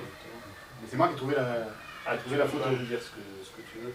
Pardon? Tu peux quand même dire ce que tu as envie. Bah oui, je trouve que je leur ai dit que je voulais ça et qu'ils ont accepté, oui. Souvent, Ça dépend. Quand tu débutes, au début, tu peux pas, mais au bout d'un moment, surtout que là, l'idée est tellement fabuleuse que... Donc le livre va s'appeler La mort dans l'œil. Comment on dit la mort dans l'œil en anglais? Et la couverture, ça va être celle-là. Voilà. Tu l'as trouvé où? Je vais te dire après. Elle est belle, hein? Ouais. Et ça, tu sais Ah, ce que... ça se vend, ça. Voilà. Alors, je ne t'ai pas montré encore le sous-titre, traduit en italien. Critique du cinéma. Allora, critica del cinema come visione, dominazione, falsificazione, sradicazione. Eradication. Sradicazione, fascinazione, manipolazione, devastazione, devastazione, usurpazione. usurpazione. Et ça, faut le vendre aux artistes. Et alors ça s'appelle une caméra mitraillette, c'est un véritable objet. Je vais te montrer l'original. Que j'ai trouvé dans un musée de la photographie sur internet, enfin ils m'ont envoyé la photo, qui a été fabriqué par les Japonais, par l'armée japonaise pendant la Seconde Guerre mondiale, pour pendant les combats, pour qu'il y ait quelqu'un qui filmer les combats. Et ils l'ont fabriqué, donc c'est une caméra en forme de mitraillette. Et en fait c'est une caméra. Donc lui, Gun camera en anglais. il filmait et les gens pensaient qu'il avait un fusil. Ouais, c'était pour le transporter plus facilement. Et c'est un véritable objet, la photo est réelle. Hein. Sì, sì, sì. Les Bello. Japonais peuvent filmer les gens. C'est un objet japonais, je sais pas si d'autres ont fait Ils ça. sont fous. Hein. C'est du délire, hein. Vabbè, per la guerra fanno di tutto. Attends. Elle est bien ta pochette. Elle est bien, hein. Mm. Ah ouais, quand je l'ai vu, je me suis dit, c'est ça qu'il faut qu'il y ait sur mon... Voilà, machine gun caméra, voilà, je crois que c'est celle-là. Et tu parles d'art vidéo aussi, non? Je parle de caméra vidéo dans le chapitre que tu... Ouais, c'est celle-là, ouais. Voilà, la vraie, c'est celle-là. Ouais. La photo, non. Après, nous, on l'a mise vers le bas parce qu'elle en fait pas. Ouais, Ouais, c'est une vraie de vraie, hein. Incroyable, hein. C'est un bel objet quand même. C'est un bel objet, hein, c'est incroyable. Et la mort dans l'œil, c'est exactement ça, tu vois. La mort dans l'œil. Sì. Parce qu'il y a une expression en français, on dit la mort dans l'âme, quand tu es très triste. Sì. Tu fais quelque chose, t'as pas envie, je sais pas si ça existe en italien. Ouais. La morte dans l'anima. Sì, sì, dell'anima. Morte Sì, sì. non, la morte nell'anima. Ah, nell'anima. Ah, Questo ok, è un ok. livre, c'est un petit d'un livre Sì, de... sì. C'est une expression, on dit j'ai fait ça la mort dans l'âme. Ah, Tu ah. n'as vraiment pas envie, tu le fais la mort dans l'âme, tu es très triste, mais tu te forces à le faire. Voilà. Tu abandonnes quelqu'un, tu n'as pas envie d'abandonner, tu dis je l'ai fait la mort dans l'âme. C'est vraiment, tu as la mort dans ton âme. Là, tu as la mort dans ton âme. Pas mal, hein? Oui, c'est le titre d'un livre de machin, là, le Nobel, je l'ai lu, De qui? français, les années 50-60. Oh putain, c'est con. Qu'est-ce qu'il y a en français? Ok. Mais oui, tu sais, 68, existentialisme. Sartre. Ah, Ça. Sartre. La mort dans l'âme, il a fait un truc qui s'appelle La mort dans l'âme, t'es sûr? No. À moins qu'en italien, ils l'ont, parce que j'ai lu un peu. Me lo devi leggere. Ah, c'est la nausée, la nausée. La morte nell'anima, J'ai sì. lu les deux. Il y a la nausée, mais il y a la morte nell'anima. Sì, sì, sì, è Ah vero. bon? Ça parle de soldats en guerre qui sont enfermés dans un truc, ils attendent toute la nuit. C'est de ça, t'es sûr? Ouais. C'est possible. Dans une. Ils sont cachés dans une baraque, je sais pas. Très long.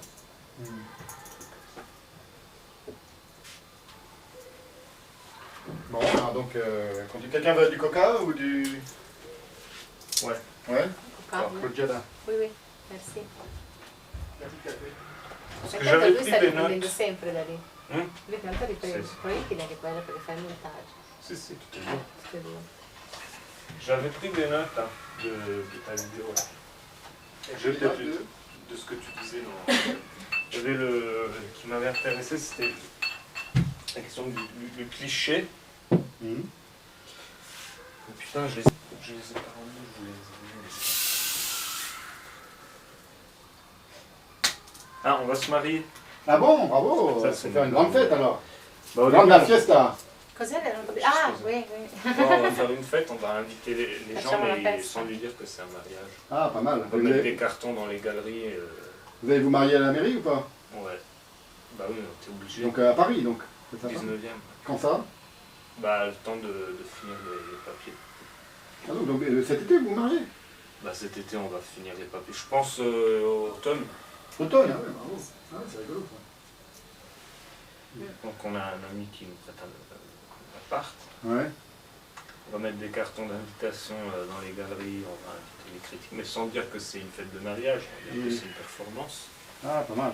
Le mariage comme conçu comme une performance. Ouais. On va mettre des paparazzi sur les fenêtres Mhm. qui déclenchent des photos avec la mitraillette. Et des trucs comme ça. Ah ouais, c'est une bonne idée. Et on va pas dire que c'est un mariage. Mais tu as invité la famille quand même ou pas? Oui. Donc tata Annette, tout le monde va venir? Oui, mais je pense que je vais faire deux fêtes différentes. Sì, quella familiare enfin, al Havre. Toi, je t'invite à celle plus marrante, mais au Havre. Mm. C'est le même problème de Brigitte. Comment tu fais pour la ramener ici? Comment ils font ta grand-mère, quand elle doit venir à Paris, elle vient. Quand il y a un enterrement, elle vient. Hein. Je dis pas comment je fais pour venir. Quand ils ont enterré l'oncle Charles, ils sont venus à Paris, donc il faut qu'elle vienne. Si elle vient présentement, il faut qu'elle vienne aussi pour le mariage. C'est tout. Il faut la forcer. Hein. Faut lui dire, écoute, c'est mon mariage, tu viens. C'est tout. Je suis ton petit-fils. Tu viens. Ouais, et Véro, avec ses trois. Trouve un moyen. Elle trouvera, t'inquiète pas. Si elle doit venir, elle viendra. 3 enfants, c'est pas non plus. À la rigueur, on en fera une deuxième au Havre, plus petite, Ouais, si vous voulez, ouais. qui vont organiser. Moi, je m'en doute pas de ça.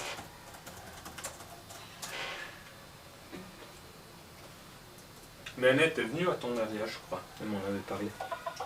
À mon mariage à moi? Ouais. Bah oui, j'ai même le film. Ouais. T'as le film? Ah, che bello. Elle m'a dit que c'était sympa, il y avait plein de tambours. Oui, c'est comme ça que c'est pas drôle, le soir il y a la musique africaine, on a fait une grande fête africaine. J'ai le film, je vous montrerai. Bello. La vraie fête africaine. Ah, c'était fabuleux.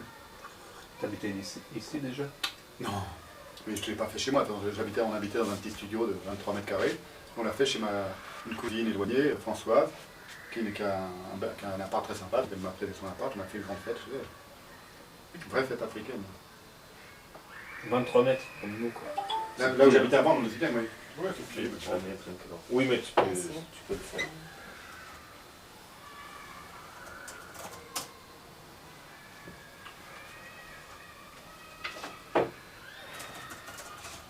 Et ton site, il est déjà en ligne? Ouais, ça y est, je vais te le montrer. Moi j'ai le mien qui se termine là. Ah bon? Tu as l'adresse? Il est déjà prêt, on peut le voir ou pas? Non, on peut pas. Je suis en train de le faire, je passe au film. Bon bah viens, alors, on termine le truc sur la mort et puis on va regarder ça, d'accord?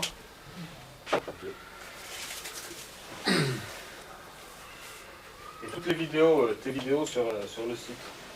Alors j'ai pas mes vidéos personnelles, j'ai des vidéos de conférences, de discussions. Celle-là, je vais la mettre sur le site par exemple, tu vois. Ouais. Je vais la découper un peu et puis je vais la mettre sur le site. Je vais virer les moments de pause et puis hop. Oui, tu fais un petit montage. Oui, je fais un. Oui, c'est un découpage, c'est un montage que je monte très peu, tu vois. J'enlève les trucs. C'est bien trop lourd. Hein. Ouais. Bon alors. Donc, c'est bon, t'as démarré? Je sais plus où on en était. À chaque fois j'oublie où on en était, mais c'est pas grave.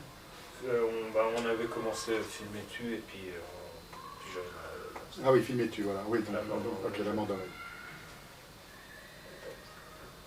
D'ailleurs, je vais l'appeler Filmer tu, cette conférence, ce truc sur Internet que je vais mettre. Ouais. Ça sera son titre. Donc, pourquoi filmer tu? Cette question du retard intrinsèque qui est contenu dans la machine, dans l'outil technique qui va filmer ou qui va photographier, qui va filmer ou qui va numériser. Parce qu'aujourd'hui, on en est à la numérisation. Tu vois, il y a 3 stades de développement de ce que c'est que la technique de l'image. C'est la photographie, le daguerréotype, évidemment, qui est l'ancêtre de la photographie, la photographie elle-même, le cinéma, et 3e stade, la numérisation, c'est-à-dire le film numérique, ou le jeu vidéo, ou même la numérisation au sens le plus scientifique du terme. Comme par exemple, j'appelle aussi numérisation, comment on appelle ça, pas le codage de l'ADN, le décryptage du génome humain. Voilà. Pour montrer que c'est quelque chose d'extraordinairement vaste. Alors, quel est le rapport avec le retard dont je parlais, de la technique, ou de l'outil technique sur la nature, ou sur le vivant plus exactement? C'est que, très tôt, comme je te le disais tout à l'heure, le cinématographe a conçu qu'il était en retard. Et ne pouvant pas rattraper ce retard, qui est irrattrapable par définition, parce qu'il se trouve que le cinéma c'est un art qui est né à la fin du 19e siècle, au début du 20e siècle, alors que la peinture, l'écriture et la musique sont nés à l'aube des temps. La peinture, la musique, pas l'écriture, mais l'oralité au départ, le récit, le style, disons, la mise en style d'une parole, ne serait-ce que par le chant, par le conte, elle naît en même temps que l'être humain. Il n'y a pas de peinture, il n'y a pas de chant, enfin, il n'y a pas d'écriture au sens où de mise en style d'une parole ou d'un langage, et il n'y a pas de musique chez les animaux. Ce sont des phénomènes de langage. Alors que dès qu'il y a des êtres humains qui se différencient des singes, il y a de l'écriture, de la musique et de la peinture. Pas au sens moderne, enfin pas comparable à la peinture moderne et à l'écriture moderne, mais il y a quelque chose qui est l'enfance même de ces qui n'est pas une enfance d'ailleurs, mais l'ancêtre, si tu veux, les ancêtres de ces arts-là, qui sont déjà dans une plénitude absolue, à savoir que les plus anciennes peintures que l'on connaisse, qui sont les peintures des grottes de Lascaux, c'est aussi magnifique qu'un tableau de Matisse. C'est entièrement là, c'est entièrement déjà là. Donc, alors que la photographie, elle apparaît à un moment très précis de l'histoire humaine, et avant elle n'existait pas, et après elle n'existe plus d'ailleurs. Parce qu'on est dans la numérisation, c'est encore déjà un autre procédé. Donc il y a ce retard-là, tout ça pour dire qu'il y a ce retard-là et qu'il est irrattrapable. Or, ce retard-là pose problème. Il pose problème parce que, si tu te rappelles cette définition que je t'ai donnée de la peinture, et que je pourrais tout à fait élargir à l'écriture ou à la musique, pour prendre les 3 grands arts classiques, qui ont toujours fonctionné ensemble depuis l'aube des temps, ce retard-là, il pose problème parce que le temps que capte un appareil, la temporalité que capte un appareil, contrairement à ce que je disais tout à l'heure de la peinture, à savoir que, je redis ma définition au cas où je l'aurais dit pendant une pause, lorsque le peintre peint un tableau, ce n'est pas vraiment un spectacle qu'il a devant les yeux qu'il est en train de peindre ou de capter, mais c'est son propre temps, le propre temps vivant qui émane de lui du début à la fin de son tableau, à savoir, pour prendre un exemple très prosaïque, s'il peint un tableau de 8h du matin à 8h du soir, le tableau qui sera terminé à 8h du soir, ce sera le tableau représentant les 12 heures de création de ce tableau qui ont été nécessaires pour aboutir à ce résultat-là. C'est-à-dire le résultat contient en lui-même l'ensemble du temps vivant qui a abouti au résultat. Ce qui est impossible avec un objet technique.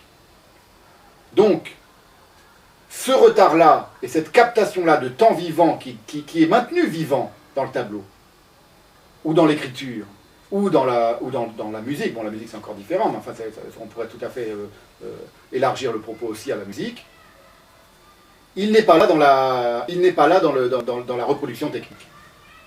Et ça pose un problème à la reproduction technique, parce que la reproduction technique, bon, pour plusieurs raisons, à partir du moment où l'appareil technique appareil photographique, appareil cinématographique ou ordinateur et appareil de numérisation aujourd'hui, il s'est construit et il déploie ses effets en se fondant sur des lois mathématiques. Par exemple, pour créer cette caméra, ou pour créer tout simplement le premier daguerréotype, il a fallu utiliser des lois de l'optique, des lois donc de la science exacte. Ces lois de l'optique, ces lois de la mathématique, ces lois de l'informatique qui font que tu as une caméra aussi perfectionnée, ou que moi j'ai une caméra aussi perfectionnée, ce sont des lois qui sont en rivalité avec le vivant. Ce sont des lois, pour prendre une notion simple et ultra connue, qui ont comme ambition de rendre celui qui les utilise et celui qui les manipule maître et possesseur de la nature, selon la formule classique de Descartes. L'homme doit devenir maître et possesseur de la nature. Devenir maître et possesseur de la nature, ou de ce que tu as devant les yeux quand tu le captes, ça n'a rien à voir avec le fait d'écrire ou de peindre ou de transformer en musique quelque chose que tu as dans ta pensée. Tu n'es pas maître et possesseur de ton spectacle quand tu l'écris. En revanche, la science, elle, en effet, a l'ambition, et elle a parfaitement réussi dans cette ambition, de devenir maîtresse et de posséder la nature. Cette maîtrise que l'on retrouve par ailleurs dans les rapports sociaux d'assujettissement dont je te parlais tout à l'heure, qui sont nécessairement en jeu dans l'utilisation d'un appareil technique, cette maîtrise et cette possession, elle est de l'ordre de la mort.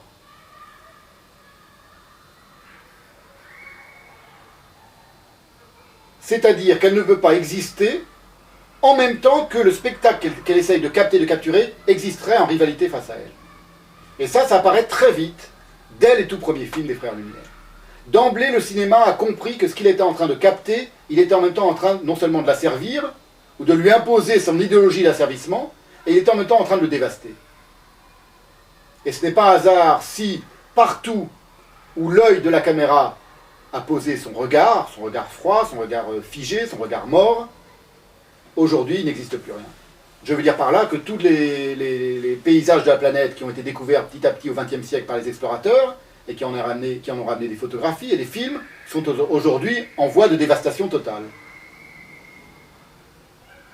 Il y a un rapport intime entre le fait de filmer un spectacle, et donc d'amener un objet typiquement occidental, avec tout ce que ça signifie du point de vue de l'histoire de l'Occident, et du développement des sciences, et du rapport entre le scientifique, ou la science, ou la technique, pour employer un autre mot, et la nature. Le déploiement de cette idéologie-là, parce que c'est quand même une idéologie d'une certaine manière, il est indissociable de la réalisation de l'effectuation, enfin de ce qui est advenu, du destin qui est advenu là où l'Occident a mis le pied, c'est-à-dire partout aujourd'hui. La planète est entièrement englobée sous le regard de l'Occident, ne serait-ce que parce que CNN est absolument partout, et donc il n'y a plus aucun endroit de la planète qui n'est pas, à part peut-être quelques profondeurs de la mer, qui n'ont pas encore été captées visitées et explorées par les hommes. Mais ce que je veux dire par là, c'est que l'exploration avec une caméra n'est pas du même ordre que l'exploration d'un explorateur qui va voyager dans un pays inconnu, et qui en ramène un récit d'explorateur.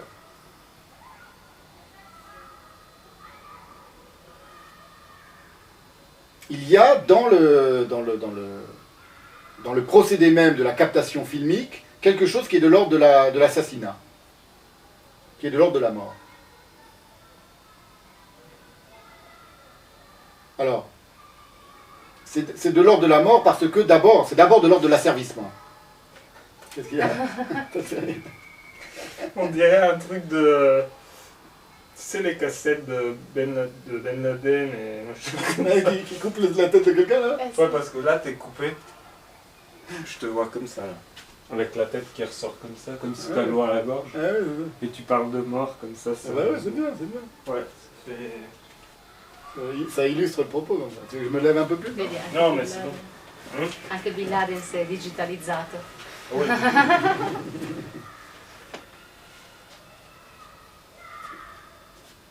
Allez, je termine là-dessus, d'accord? Et puis, ce sera la conclusion. Ça va, t'as encore assez de batterie? Ouais.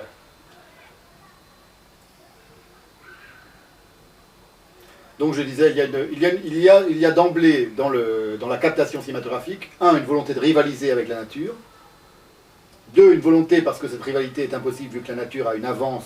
C'est comme si tu voulais faire la course avec quelqu'un qui est parti de 2000 ans avant toi.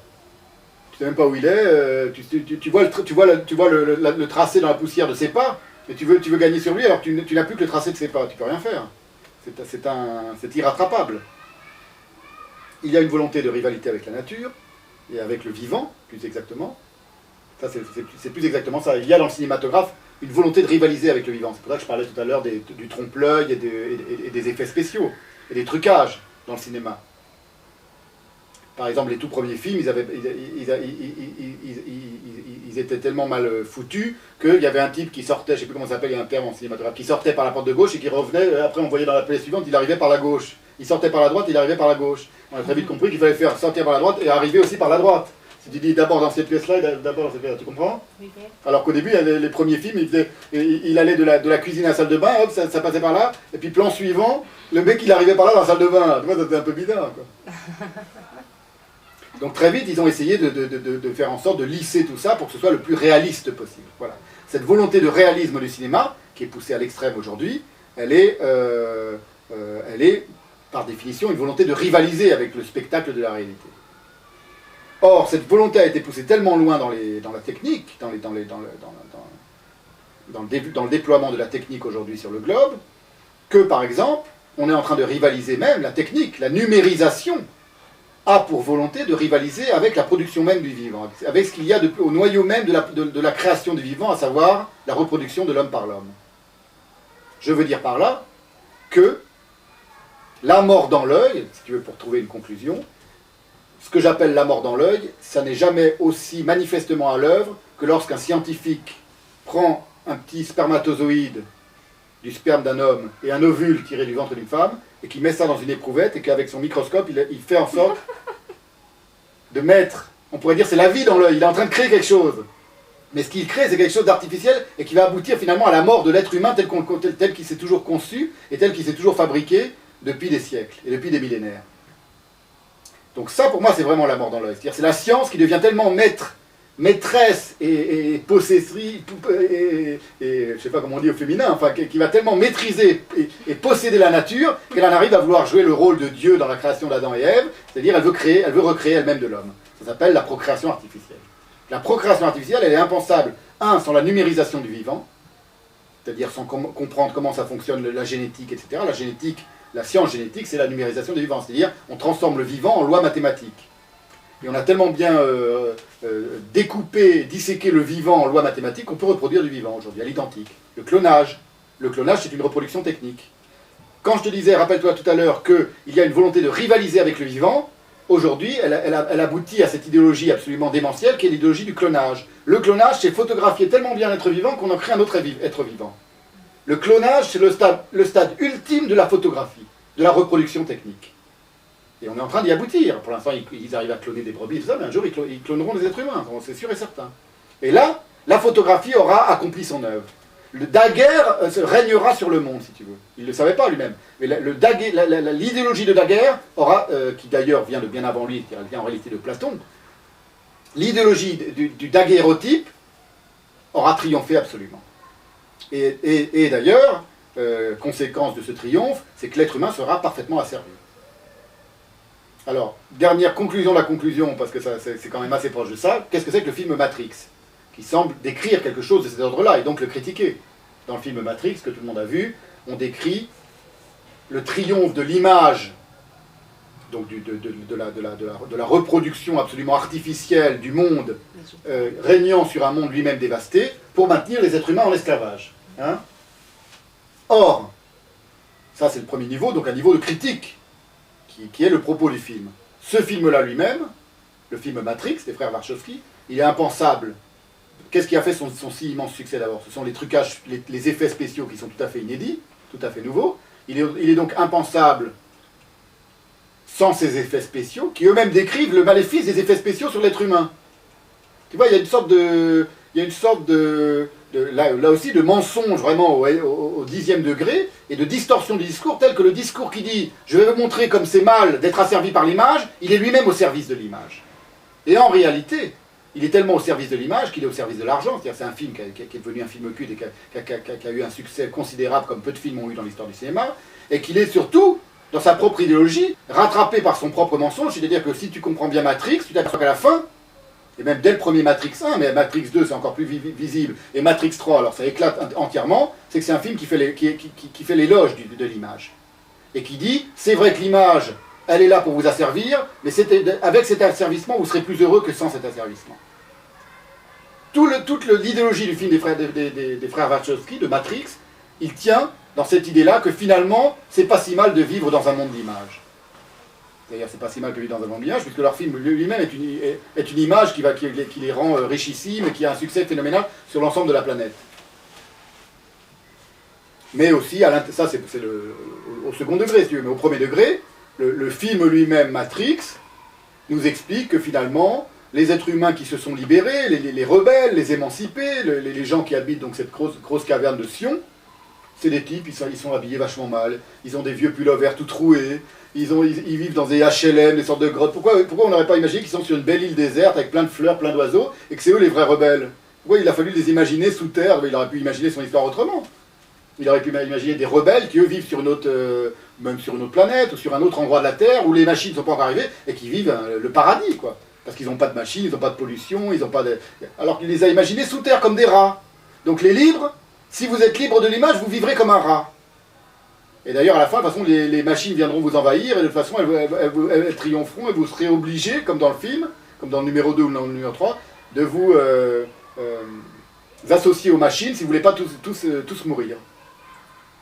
Et comment se termine Matrix 3, pour te montrer que c'est vraiment cohérent ce que je suis en train de te dire, la fin du dernier volet de Matrix, qui est un seul et immense film en réalité, un seul et unique film en réalité, c'est une petite fille qui va recréer une aube artificielle à la palette graphique. Tu as vu la Matrix 3 ou pas? Non, ça m'a suffi pour ça. Voilà. C'est previsto i provini. Et donc Matrix 1, Matrix qui commençait par une sorte de critique du monde de l'image, et de l'asservissement par l'image, termine par un éloge de l'image et de la recréation de la nature par l'image.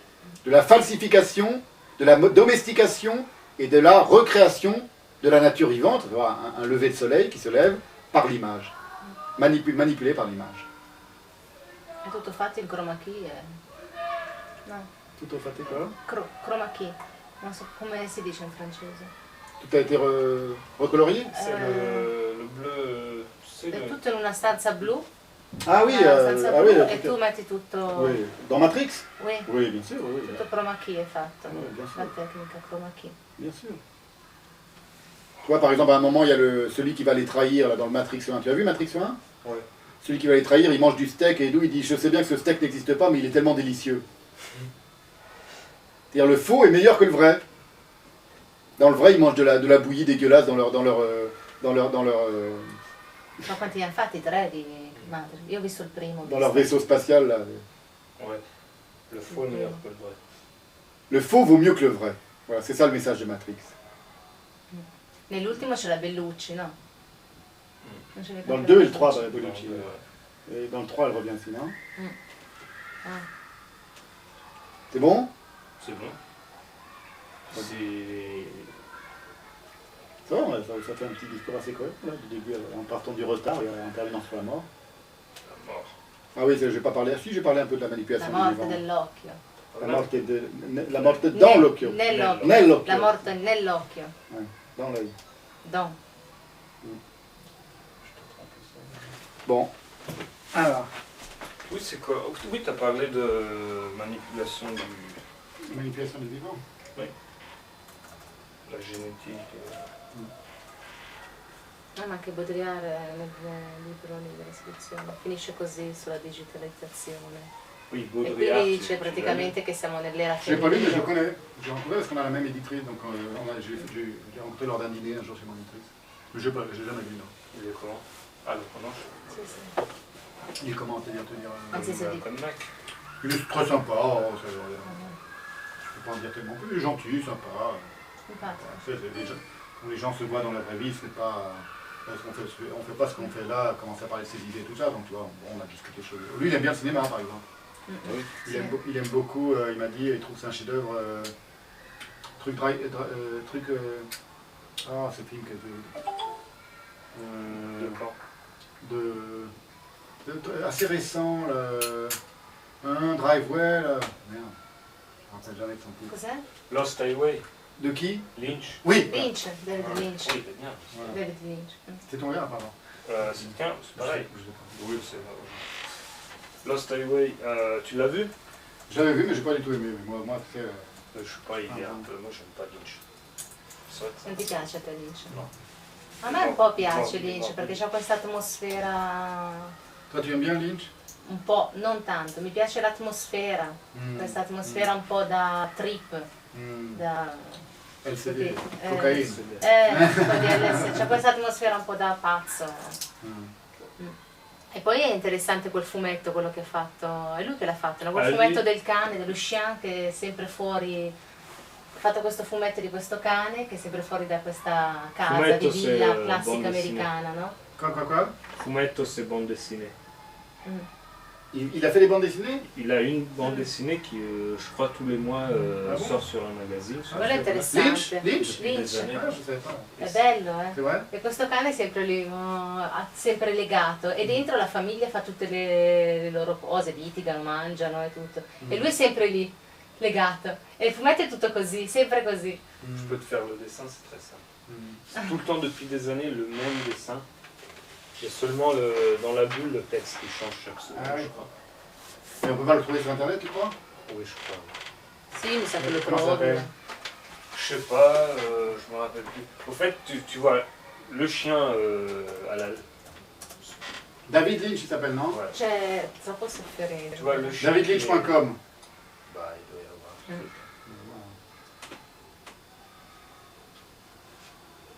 Poi è pazzo lui. Mais t'aimes pas les films de Godard, toi? Non, du tout. Aucun? Hier, on a vu Pierrot le Fou. C'était bien? Moi, j'aime bien. Cos'è che dice lei? Je sais pas quoi Alors, faire. c'est pour aller sur son site, il faut payer. Ouais, On va voir, mais il dit ceci, il y a un site payant et tout ça. Le mec, pour voir son site, il fait déjà payer, tu vois.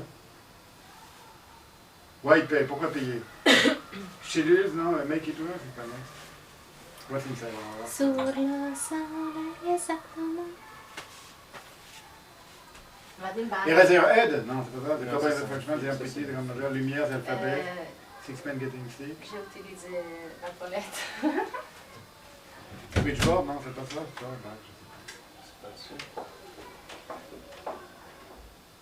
Blue Bob, non, c'est pas ça? Peut-être. Non, ça... Ouais, C'est ça, Dumbland?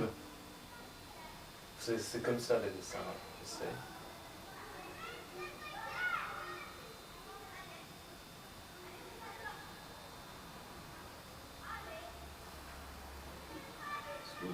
Ah voilà, C'est c'est ça? ça. Ouais. The Hungriest Dog. Alors tu vois par la fenêtre, tu as tout le temps la bulle avec les conneries de ses propriétaires, enfin, de ses maîtres,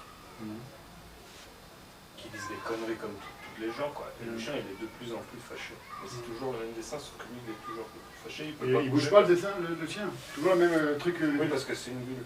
C'est seulement un dessin. Oui. Et tu vois que lui, il est de semaine en semaine toujours Ouais. plus enragé. Et, Ouais. et il peut rien faire parce qu'il est attaché, quoi. Ah ouais, c'est ça. Ouais. Et il est obligé à écouter les conneries de ses maîtres. Ouais. On voit pas les maîtres, on voit rien d'autre. Tu vois la fenêtre et tu vois les T'entends les maîtres, tu vois les bulles des maîtres. Ouais. voilà, qui sortent. Ah, tu vois mon site? Ouais. Ouais. Il faut qu'on ça un petit peu, mais on peut le voir qu'avec une connexion très rapide, ça ne marche pas. DSL. Il essaie le câble. Voilà, C'est bizarre parce que moi je suis arrivé à la vidéo un peu en passant par le... Internet? Non, Guarda. par Voilà. l'idée de l'iconoclaste, l'idée de comment faire de l'art pas cher, puisqu'on peut pas faire de l'art et tout ça, j'ai pensé à la vidéo, enfin j'ai abouti à la vidéo, mais ça pose quand même des problèmes que tu t'es posé. C'est-à-dire, d'une manière générale, la plupart des vidéastes réfléchissent à ces problèmes-là et essayent de les travailler dans leur œuvre. C'est rare un type qui va dire tu fais une vidéo, j'ai filmé une fleur et regardez, c'est une belle fleur. Ah bon? Si tu Mais veux il voir veut- les expos, oui, il- parce que c'est devenu Il- l'objet commun pour Ah faire ouais. de l'art. Donc, comme... Non l'avete trovato? si, questo è il suo sito. Et c'est ça déjà ton site? C'est mon site, voilà. Alors déjà, le truc plus rigolo, c'est là, tu vois, t'as la date, on est samedi 26 juin, et quand tu bouges la souris, la date se déplace et elle se recompose là où tu es. Avec la véritable heure, tu vois, les 5h20 et les secondes et tout ça. Qu'est-ce que tu as fait? Je l'ai copié sur internet. Donc, là, tu as les conférences, des petites vidéos de 2004, 2003, 2002. Donc, tu vas faire réfléchir au fait que ça t'intéresse, voilà. Là, j'étais allé à Alger avec lui, avec quelques-uns. 2001, il n'y a pas que moi, bon, il y en a beaucoup de moi, mais il y en a certains d'autres des copains. Là, par exemple, il y a... Ah ouais, c'est vrai. Ça, c'est un écrivain, un philosophe qui a fait une conférence que j'ai filmée, c'est un ami à moi. Voilà comment ça se passe. Quand tu cliques dessus, voilà. La vidéo qui apparaît. C'est un... Voilà. L'occasion qui nous réunit cette semaine, c'est la célébration. Tu vois, il y en a plus, la plupart c'est assez sérieux, un peu, pas chiante, mais enfin un petit peu. Alors il y en a, ça c'est la plus officielle, c'est-à-dire c'est une vraie conférence. Sinon, il y a une que j'ai faite, ça c'est la dernière que j'ai faite. J'étais lire c'était les 100 ans du Bloomsday de Joyce, de Ulysse. Donc j'ai été invité avec d'autres écrivains à Caen pour faire des lectures de textes à nous, chacun voulait lire, vous voyez ce que vous voulez. Et moi j'ai lu une petite nouvelle à moi que j'ai écrite, qui est une sorte d'histoire érotique un peu. Et donc j'avais un copain qui est venu me filmer, donc j'ai mis la truc, toi, c'était le 16 juin, donc toi c'était il y a 10 jours. Et hop, dès que je suis rentré, je l'ai mis sur internet. Et donc tu vois, là c'est sur internet, avec la photo de Joyce derrière, et ben, moi je lis ma nouvelle. C'est ça qui est bien avec internet, c'est plus marrant d'être écrivain que d'être actrice. Ah oui, c'est plus marrant, il y a d'autres problèmes qui se posent.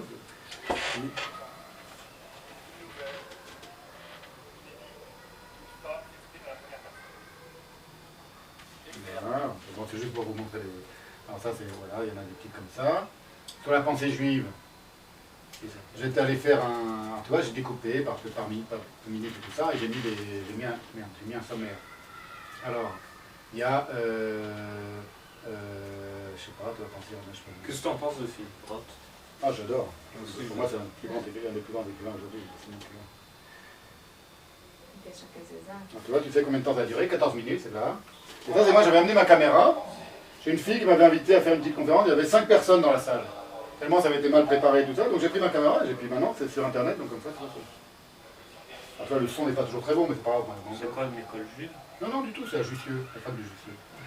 Voilà, alors ça c'est des amis à moi, 2 amis écrivains que j'ai interrogés pendant 2-3 heures sur 2 livres à eux qui venaient de... Alors des fois, c'est assez... de la philo et tout ça, donc ça passe. Debord, il a fait des beaux films. Oui, bien sûr, mais d'abord, c'était des films conçus contre le cinéma. Oui, c'était... C'est cette question-là, en effet, qui est à la fois toujours la même.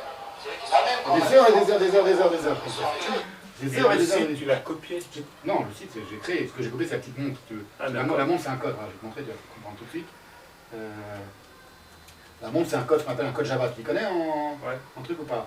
Ouais, j'en ai jamais fait du Java. Moi non plus, c'est très compliqué à faire. Mais tu peux copier des codes Java. Et du coup, tu as voilà, source. Voilà, la montre. La montre, elle commence... Attends, où est-ce qu'elle est, la montre? Voilà, la montre, elle est là. Donc, si je t'envoie le texte, tu copies sur ton site internet, tu auras la montre qui suivra ta souris. Ah ouais, bah, je veux bien, tiens. C'est très simple. Tu vois, tu as plein de trucs, c'est des petits JavaScript, on appelle ça un script Java, voilà. C'est bien ça. Alors, ça c'est un truc, alors regarde, un truc rigolo, c'est... voilà, là j'ai mis bien parce que c'était une émission où il m'avait filmé pour la télévision. Alors j'ai mis la version courte, la version qui est passée à la télé, et ma version à moi filmée par ma webcam. Donc j'ai mis 12 minutes où on voit le tournage. Là, il y a le tournage du tournage. Voilà. Ah, tu vois, là tu vas. Voilà, ça détourne avec ma webcam, donc ça bouge pas beaucoup, tu vois. Bon, on va avec l'autre caméra. J'en ai une autre, ils sont revenus une deuxième fois me filmer aussi, j'avais filmé aussi le tournage du tournage. extraordinaire, ce chapitre 16. Voilà, là c'est ce qui est passé à la télé, le résultat, en 2 minutes 40. Là, ils avaient filmé Viviane et tout ça. Ça vient de sortir, ça, à la télé? Non, c'est pas ça, voilà, 2002. Oui, c'était venu ici, tout ça. Et toi, ça m'a plu de mettre la coulisse du truc, parce qu'on voit jamais les coulisses de ce qui est... J'étais assis là. C'est le même, ils avaient plutôt mes livres, ils avaient fait une petite pyramide, et tout ça.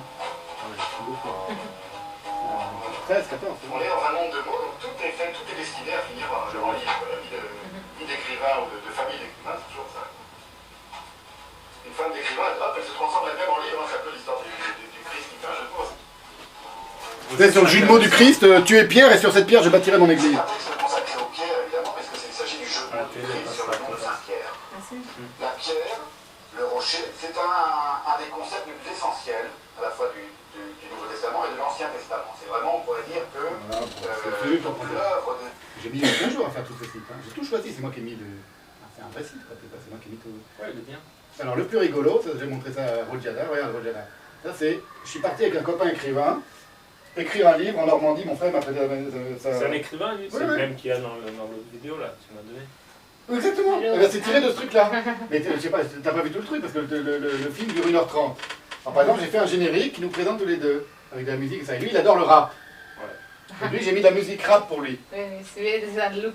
Voilà. Voilà, tu vois le look du rappeur.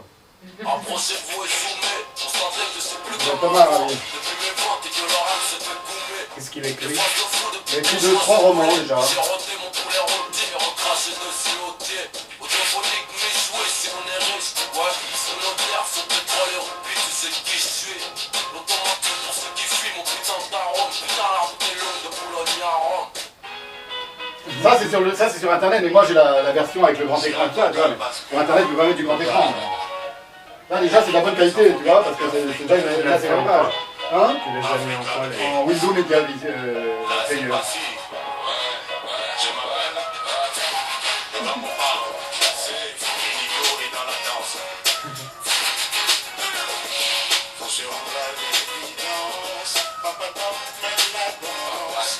Y'a qu'à suivre la C'est 3 semaines. On a passé notre temps à s'engueuler, tout ça, sur toutes les... African Kings. Allez, facile, barré, barreau. Aussi réputé que les députés ou les présidents. On préside dans Voilà, hein. Internet.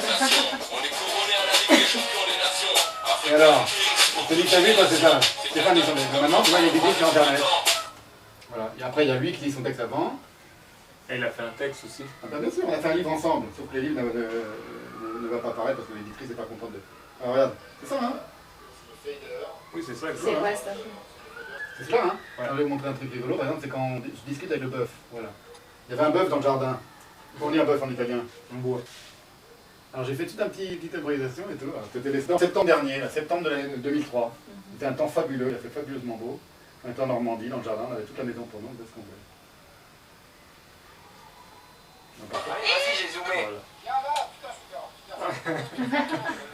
Qu'est-ce qu'il est C'est casse-couille, comme ce ça, mec.